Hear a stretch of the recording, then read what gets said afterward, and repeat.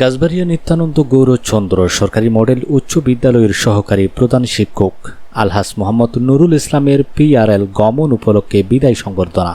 মোহাম্মদ নুরুল আলমের প্রতিবেদনে বিস্তারিত।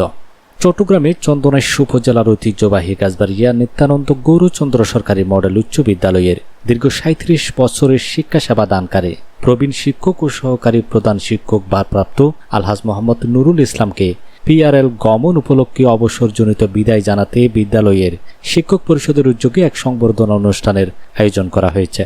একই সঙ্গে আয়োজন করা হয় ইফতার মাহফিলের। মঙ্গলবার ২৪ ফেব্রুয়ারি বিকেলে বিদ্যালয়ের শিক্ষক মিলনায়তনে অনুষ্ঠিত সংবর্ধনা সভায় মহান শিক্ষাগুরুর বিদায়ে শিক্ষক কর্মচারীদের উপস্থিতি এক আবেগঘন পরিবেশের সৃষ্টি করে। সংবর্ধনা অনুষ্ঠানে বক্তারা বিদায়ী শিক্ষকদের দীর্ঘ কর্মজীবন, নিষ্ঠা, সততা ও শিক্ষার্থীদের প্রতি তার আন্তরিকতার কথা গভীর শ্রদ্ধার সঙ্গে স্মরণ করেন। বিদ্যালয়ের ভারপ্রাপ্ত প্রধান শিক্ষক মোহাম্মদ মতিনের সভাপতিত্বে ও বিদ্যালয়ের শিক্ষক পরিষদের সম্পাদক এ.কে.এম. শাহজাহান আজাদের সঞ্চালনায় বিদায়ী সংবর্ধিত অতিথি ছিলেন আলহাজ মোহাম্মদ নুরুল ইসলাম।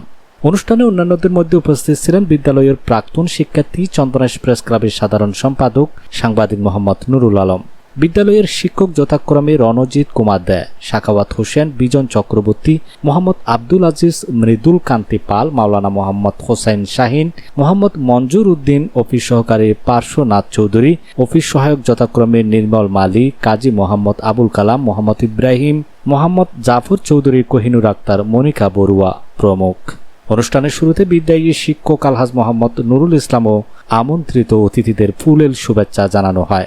এছাড়াও বিদ্যালয়ের প্রতিষ্ঠা লগ্ন থেকে অবদান রাখা প্রয়াত সকল শিক্ষকদের রুহের মাগফিরাত কামনায় দোয়া মিলাত ও ইফতার মাহফিলের আয়োজন করা হয়।